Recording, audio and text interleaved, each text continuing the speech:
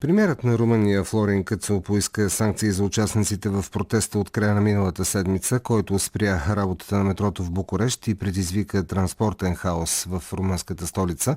Министър-председателят настоя виновните да възстановят щетите, държавните институции да помогнат на гражданите и фирмите да си възстановят понесените загуби, а заплатите на участниците в протеста да бъдат намалени с един ден. Синдикални лидери заявиха, че недоволството им е провокирано от недостига на персонал и опасенията за възможно намаляване на заплатите, но според министъра на транспорта причината са икономически интереси. За коментар по темата за Българското национално радио, колегата Владимир Митев от сайта Моста на приятелството покани анализаторът от румънския сайт Барикада Радо Стокица. Ето разговора им. Господин Стокица, работниците от метрото в Букурещ спряха работата на метрото. Как се стигна до този протест? Това е дълга история, но в основата на събитията от края на миналата седмица стои лошата комуникация и диалог между министъра на транспорта Каталин Друла и синдикалния лидер от метрото Йон Радой, който е смятан за политическо назначение и е обвиняван постоянно за това, че всички служители в метрото имат доста добри заплати, а работниците в Румъния в останалите сектори не са толкова добре заплатени за труда си. Спорове предизвиква и дейността на притежаваната от синдиката фирма, която изградила много от търговските площи в метрото. Какви са исканията на протестиращите в метрото в Букурещ?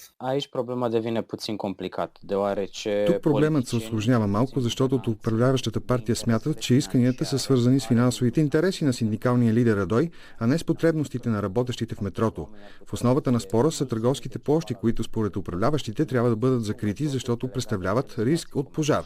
Но от това, което аз самият чух на място по време на протеста, сред исканията бе това – да не се намаляват заплатите на работещите, а и метрото да не се предава на мултинационални компании. Въпрос, който в момента не стои на дневен ред. Главният проблем обаче остава липсата на комуникация между работещите в метрото и Министерството на транспорта.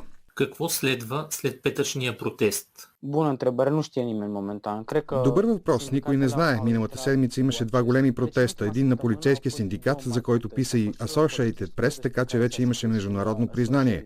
Вторият беше на служителите от метрото. Мисля, че след тези събития синдикатите вече ще са силни в публичните дискусии, макар да не знам дали ще имат успех.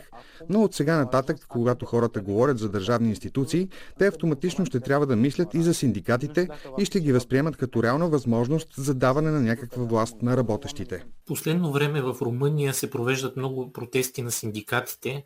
Какви са причините за напрежението между правителството Къцо и профсъюзите?